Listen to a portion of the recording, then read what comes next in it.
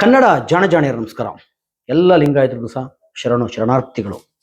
ಯಾಕೆ ಲಿಂಗಾಯತರ ಬಗ್ಗೆ ನಿರ್ದಿಷ್ಟವಾಗಿ ಹೇಳ್ತಾ ಇದ್ದೀನಿ ಅಂದರೆ, ಒಂದು ವಚನ ಇದೆ, ಅದನ್ನು ಓದ್ತೀನಿ, ಆಮೇಲೆ ಮುಂದೆ ಮಾತಾಡೋಣ. ವೇದವನ್ನು ಓದುವವರೆಲ್ಲ ಬಂಜೆಯ ಮಕ್ಕಳು, ಶಾಸ್ತ್ರವನ್ನು ಓದುವವರೆಲ್ಲ ಸೂಳೆಯ ಮಕ್ಕಳು, ಪುರಾಣವ ಹೇಳುವವರೆಲ್ಲ ಕುಂಟಲಗಿತ್ತಿಯ ಮಕ್ಕಳು, ಆಗಮವ ನೋಡುವವರೆಲ್ಲ ಆರುತಿಯ ಮಕ್ಕಳು, ತರ್ಕ ತಂತ್ರಗಳ ನೋಡಿ ಹೇಳುವವರೆಲ್ಲ ವೈದ್ಯಗಾರ್ತಿಯ ಮಕ್ಕಳು. ಇಂತಿ ವೇದಾಗಮನ ಶಾಸ್ತ್ರ ಪುರಾಣ ತರ್ಕ ತಂತ್ರಗಳೆಲ್ಲ ಕೇಳಿ ಆಚರಿಸುವವರೆಲ್ಲ ಡೊಂಬ ಜಾತಕಾರ್ತಿಯ ಮಕ್ಕಳು. ಇಂತಿಪ್ಪ ಜಡಮತಿ ವ್ರತಭ್ರಷ್ಟ ಮೂಳರಿಗೆ ಭವಬಂಧನ ಎಂದೂ ಇಂಗದು ಮುಕ್ತಿದೋರದು. ಇಂಥವರ ಪುಣ್ಯಕ್ಕೆ ಅಧಿಕಾರಿಗಳಾದ ಬ್ರಹ್ಮ ವಿಷ್ಣು ರುದ್ರ ಮೊದಲಾದ ದೇವತೆಗಳಿಗೆ ಮುನ್ನವೇ ಭವ ಇಂಗದು ಮುಕ್ತಿದೋರದು ಎಂದನೆಯ ನಿಮ್ಮ ಶರಣ ಕಾಡನೊಳಗಾದ ಶಂಕರಪ್ರಿಯ ನಿರ್ಮಾಯ ಪ್ರಭುವೇ. ಈ ವಚನ ಹೇಳಿದರೆ ಯಾರು ಗೊತ್ತಾ? ಯಾವ ಬಸವಾದಿ ಶರಣರು ಕರ್ಮ ಸಿದ್ಧಾಂತನ ವಿರೋಧ ಮಾಡಿದ್ರು, ಬಸವಣ್ಣ ಜುಟ್ಟು ಜನ ಬಿಸಾಕ್ ಬಂದ್ನೋ, ಜಾತಿ ವ್ಯವಸ್ಥೆನ ವಿರೋಧ ಮಾಡಿದ್ರು, ವೇದಕ್ಕೆ ಹೊರೆ ಕಟ್ಟುವೆ,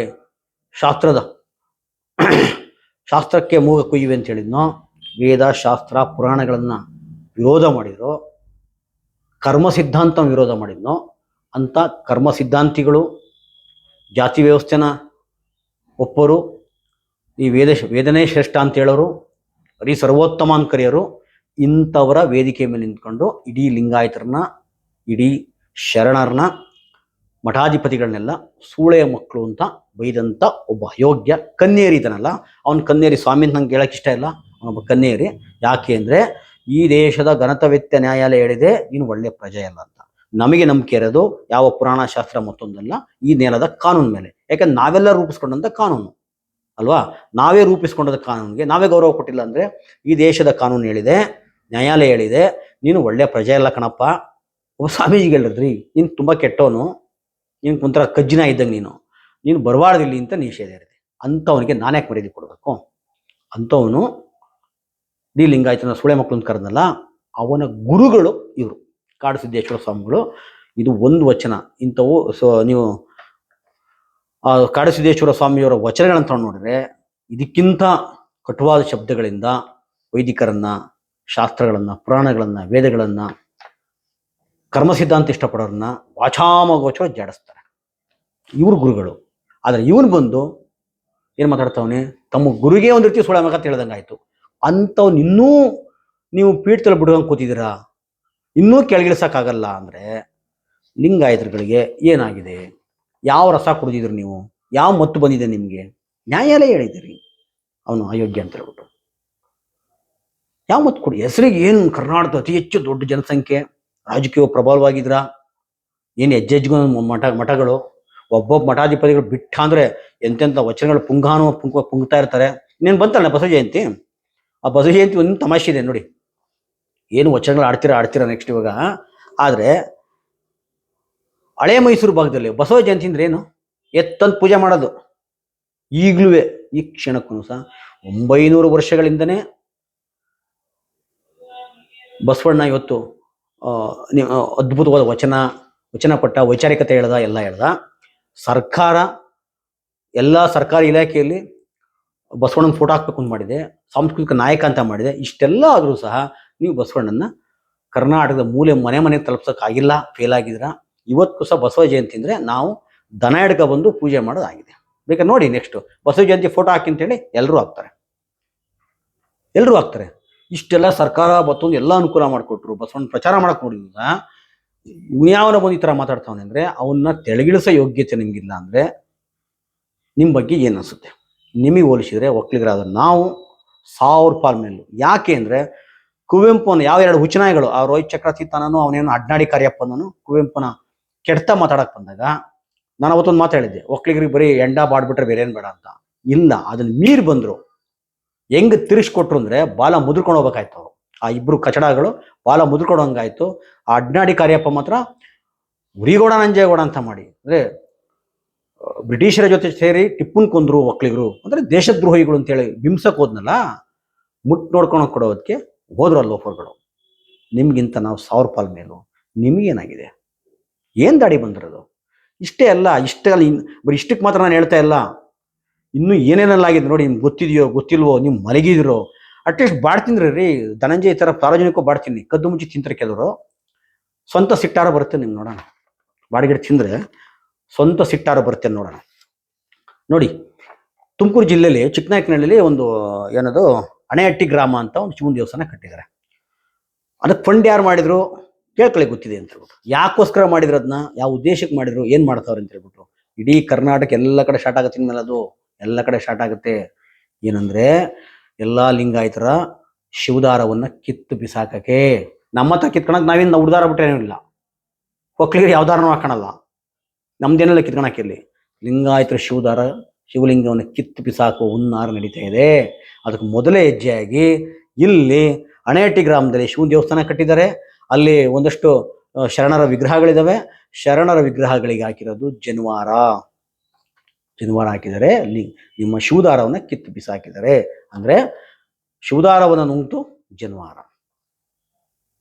ಆದ್ರೂ ಸಹ ಮಲಗಿದಾರೆ ಲಿಂಗಾಯತರು. ಅಂದ್ರೆ ಏನಾಗಿದೆ ನಿಮ್ಗೆ? ನೀವೇನು ಹೊಡೆದ್ಬಿಟ್ಟು ಏನು ಯಾರನ್ನ ಹೊಡಿಬೇಕು ಅಂತ ಹೇಳ್ತಾ ಇಲ್ಲ. ಒಂದು ಸ್ವಂತ ಸಿಟ್ಟು ಬೇಡವಾ? ಒಂದು ಸಣ್ಣ ಪ್ರತಿರೋಧ ಬೇಡವಾ? ನ್ಯಾಯಾಲಯ ಹೇಳಿದೆ ಅವನ್ನ ಕನ್ಯರಿನ, ಆದ್ರೂ ವೇದಿಕೆ ಮೇಲೆ ಮತ್ತೆ ಮತ್ತೆ ಭಾಷಣ ಹೊಡಿತಾನೆ ಅಂದ್ರೆ ಮತ್ತೆ ಅವ್ರೆಂತ ಗತಿಗೆಟ್ಟರು ನೋಡಿ, ಅವ್ನು ಕರ್ಸ ಅಂತಾರು. ಯಾಕೆ ಅಂದ್ರೆ ಮಾತಿತ್ರ ಸಾವಿರಾರು ವರ್ಷ ಇತಿಹಾಸ, ಲಕ್ಷಾಂತರ ವರ್ಷ ಇತಿಹಾಸ ಇದೆ ಅಂತೀರಿ. ನಮ್ಮ ಕೈಲಿ ಆಗದೆ ಇರೋದೆಲ್ಲ ಯಾವುದೂ ಇಲ್ಲ. ಈ ಇಂದ ಹಿಡಿದು ಎಲ್ಲನೂ ಸಹ ನಮ್ಮ ಋಷಿಗಳೇ ಕಂಡುಹಿಡಿದು ಆವಿಷ್ಕಾರ ಮಾಡಿರೋದು, ಇನ್ನೂ ಮಾಡ್ತಾವ್ರೆ ಅಂತ ಕತೆ ಹೊಡಿತೀರಿ. ಇಷ್ಟೆಲ್ಲ ಇದ್ದವ್ರಿಗೆ ಸ್ವತಃ ನ್ಯಾಯಾಲಯ ನೀನು ಒಳ್ಳೆ ಪ್ರಜೆ ಅಲ್ಲ ಅಂದ್ರೆ ನೀನು ದೇಶದ್ರೋಹಿ ಅಂತ ಅರ್ಥ. ಹೌದು, ತಾನು ದೇಶದ್ರೋಹಿನೇ ಅವನು. ಅಂತನ್ ಕರ್ಕೊಬಂದು ನೀವು ಹಿಂದುತ್ವದ ಬಗ್ಗೆ ಭಾಷಣ ಮುಗಿಸ್ತೀರಾ ಅಂದ್ರೆ ನೀವು ದೇಶದ್ರೋಹಿಗಳಲ್ವಾ? ಅರೆ, ನಮ್ಮ ನ್ಯಾಯಾಲಯಕ್ಕೆ, ನಮ್ಮ ಕಾನೂನಿಗೆ ಗೌರವ ಕೊಡದ್ರೆ ಎಲ್ಲರೂ ದೇಶದ್ರೋಹಿಗಳೇ. ನನ್ನ ದೃಷ್ಟಿಲಿ ಎಲ್ಲ ದೇಶದ್ರೋಹಿಗಳವರು.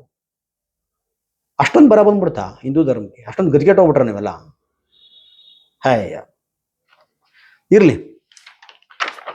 ನಾನು ಅವಾಗಲೇ ಹೇಳಿದೆ, ಈ ದೇವಸ್ಥಾನಕ್ಕೆ ಇವತ್ತು ಅಂದ್ರೆ ಒಂದ್ ಕಡೆಯಿಂದ ನಿಮ್ಮ ಶಿವದಾರ ಕಿತ್ತಾಕಿ ಜನವರ ಹಾಕಕ್ಕೆ ನೋಡ್ತಾ ಇದ್ದಾರೆ. ಅಷ್ಟಕ್ಕೆ ಮಾತ್ರ ಸೀಮಿತ ಆಗಬೇಡಿ. ಅಷ್ಟಕ್ಕೆ ಅಲ್ಲ, ಅದನ್ನ ಮೀರಿ ಕರ್ನಾಟಕದಲ್ಲಿ ಲಿಂಗಾಯತ ವಿಚಾರದ ಏನೇನಾಗಿದೆ ಅಂತ ಹೇಳ್ಬಿಟ್ಟು ನೋಡೋಣ.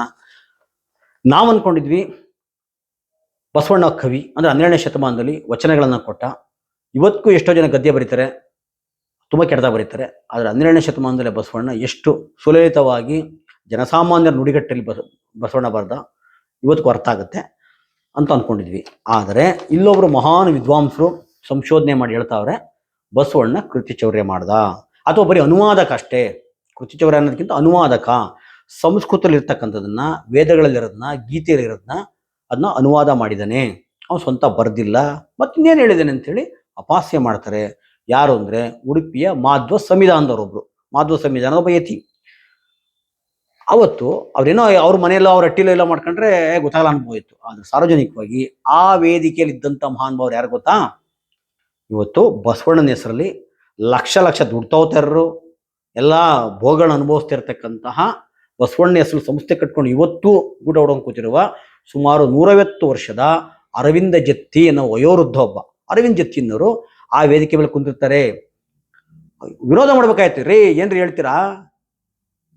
ಯಾವ ಗೀತೆ ಸಂಸ್ಕೃತ ಅಥವಾ ಸಂಸ್ಕೃತ ಸಾಹಿತ್ಯದಿಂದನೋ ಗೀತೆಯಿಂದನೋ ವೇದಗಳಿಂದ ತಗೊಂಡಿಲ್ಲ, ಜನರ ದಿನನಿತ್ಯದ ಜಂಜಾಟದಿಂದ ವಚನಗಳು ತಗೊಂಡಿದ್ದು ಅಂತ ಹೇಳಲೇ ಇಲ್ಲ.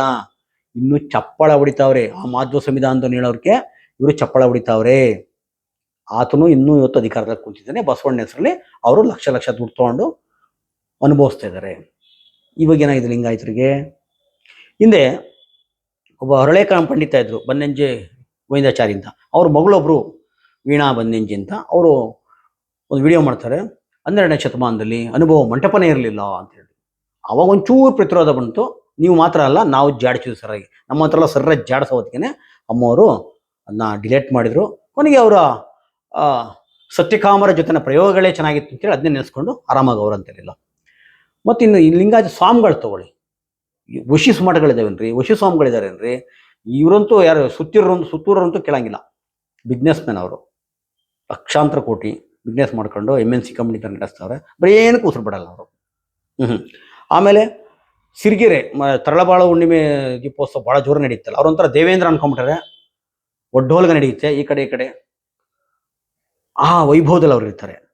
ಆಮೇಲೆ ಈ ಸಿಂಗರ್ ಒಬ್ರು ಇದ್ದಾರೆ ಗೊತ್ತಾ ನಿಮಗೆ, ಗಂಗಾಂಬಿಕೆ ಅಂತ ಹೇಳ್ಬಿಟ್ಟು ಮಾತೆ ಮಹಾದೇವರ ಉತ್ತರಾಧಿಕಾರಿಗೆ ಬಂದವ್ರೆ. ಅವ್ರೆಲ್ಲರೂ ನೋಡಿ, ನಾನೇನೋ ಈ ವಚನ ಹೇಳ್ತಾರೆ ಅಂತ ಹೇಳಿ, ಎಲ್ಲೂ ವಚನನೇ ಹೇಳಲ್ಲ ಅವರು. ವಚನ ಬಗ್ಗೆ ಮಾತಾಡಲ್ಲ ರೀ, ಬರೀ ಹಾಡು ಹೇಳ್ತಾರೆ ಅವರು. ಹಾಡು ಹೇಳ್ತಾ ಇರ್ತಿರ್ಲಿಲ್ಲ ನೋಡ್ರು. ಅವ್ರಿಗೆಲ್ಲ ಸಿಂಗರ್ ಆಗ್ಬೇಕು ಅಂತ ಆಸೆ ಇತ್ತೇನೋ ಅವರು. ಈ ಸರಿಗಮಪ ನೋಡಿ ನೋಡಿ ನೋಡಿ ಆ ಚಿಕ್ಕ ವಯಸ್ಸಿನ ಆಸೆ ಇತ್ತೇನೋ. ಈ ಮಠಾಧಿಪತಿ ಮಾಡ್ಬಿಟ್ಟಿದ್ರ ಆ ಮೇಡಮು ಬರೀ ಹಾಡು ಹೇಳಕ್ಕೆ ಕೂತ್ಕೋತಾರೆ. ಎಲ್ಲೂ ಸಹ ಆ ಮಾತೆಯವರು ವಚನ ಹೇಳಲ್ಲ. ಅಷ್ಟೇ ಅಲ್ಲ ರೀ, ನಾನು ಯಾಕೆ ಲಿಂಗಾಯತರ ಬಗ್ಗೆ ನಿಮಗೆ ಇಷ್ಟೊಂದು ನಿರ್ವೀರ್ಯರಾಗ್ಬಿಟ್ರ, ಇಷ್ಟೊಂದು ಕಟುವ ಮಾತಾಡಬೇಕಾಗಿದೆ ಅಂದರೆ, 4 ಸಲ ಮುಖ್ಯಮಂತ್ರಿಗಳಾದಂಥ, ಅಂದರೆ ಲಿಂಗಾಯತರ ಹೆಸರು ಹೇಳಿ ಓಟ್ ತಗೊಂಡು ಮುಖ್ಯಮಂತ್ರಿ ಆದಂಥ ಲಿಂಗಾಯತ ಮಠಾಧಿಪತಿಗಳಿಗೆ ಮನೆಗೆ ಕರೆಸ್ಕೊಂಡು ಕವರ್ ಕೊಟ್ಟಂತಹ, ಯಡಿಯೂರಪ್ಪನಿಗೆ ತೆಗಿಬಾರ್ದು ಅಂತೇಳಿ ಬೀದಿಗಿಳಿಸಿದಂಥ ಮಠಾಧಿಪತಿಗಳನ್ನ ಈ ಸನ್ಮಾನ್ಯ ಯಡಿಯೂರಪ್ಪನವರು ನಿಮ್ಮ ಹತ್ರ ಓಟ್ ಕೇಳಕ್ಕೆ ಬರ್ತಾರಲ್ಲ, ಓಟ್ ಕೊಡ್ರಪ್ಪ ಅಂತ. ನಾನು ಲಿಂಗಾಯತ, ನನಗೆ ಅನ್ಯಾಯ ಆಗ್ಬಿಟ್ಟಿದೆ, ನನಗೆ ಓಟ್ ಕೊಡಿ ಅಂತ. ನೀವು ಒಂದು ಮಾತು ಕೇಳೋಕ್ಕಾಗಲ್ವಾ?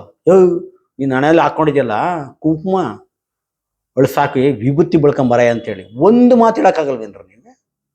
ಈಗ ಯಡಿಯೂರಪ್ಪನ ಮಗ ಎಲ್ಲರೂ ವಿಭೂತಿ ಹಾಕೊಂಡು ನೋಡಿದ್ರಾ? ಯಡಿಯೂರಪ್ಪ ಹಾಕೊಂಡು ನೋಡಿದ್ರಾ? ಅಷ್ಟೊಂದು ನಿರ್ವೀರ್ಯ ನೀವು. ಯಡಿಯೂರಪ್ಪನಿಗೆ, ವಿಜಯೇಂದ್ರನ್ಗೆ, ನಿನ್ನ ಹೆಸರು ಫಸ್ಟ್ ಆಫ್ ವಿಜಯೇಂದ್ರ ಹೆಸರೇ ಲಿಂಗಾಯತರ ಹೆಸರಲ್ಲ ಅದು. ಆ ರಾಘವೇಂದ್ರ ಅವ್ರಿಗೆಲ್ಲ ಓಟ್ ಕೇಳೋದು ಲಿಂಗಾಯತರಿಂದ ಮುಖ್ಯಮಂತ್ರಿ ಆಗಿದ್ದು. ನೆಕ್ಸ್ಟ್ ವಿಜಯೇಂದ್ರ ಮುಖ್ಯಮಂತ್ರಿ ಆಗ್ಬೇಕು ಹೊಂಟ್ರೆ ಲಿಂಗಾಯತರನ್ನ ಇಟ್ಕೊಂಡೆ. ಓಟ್ ಮಾತ್ರ ಬೇಕು, ಬಸವಣ್ಣ ಬೇಡವಾ? ಒಂದು ವಿಭೂತಿ ಬಳ್ಕೊಂಬಾರೆ ಅಂತ ಕೇಳೋವಷ್ಟು ನಿಮಗೆ ಆ ಶಕ್ತಿ ಇಲ್ಲ ಅಂದರೆ ಇನ್ನೇನಂತ ಕರಿಬೇಕು ನಿಮ್ಮನ್ನು? ಅದಕ್ಕೆ ಹೇಳಿದ್ದು, ಈಗಲಾದರೂ ಸಹ 2 ತುಂಡು ಬಾಡ್ತೀನಿ. ನಮ್ಮ ಧನಂಜಯ ಹೆಂಗಿದ್ರು ಒಪ್ಪನ ತಿಂದ್ರಲ್ಲ ಹಂಗೆ, ಅವಾಗಲಾದ್ರೂ ಸಹ ನಿಮಗೆ ಸ್ವಂತ ಸಿಟ್ಟು ಬರುತ್ತೆ ನೋಡೋಣ. ಮತ್ತೊಮ್ಮೆ ಎಲ್ರಿಗೂ ಸಹ ಶರಣಾರ್ಥಿಗಳು.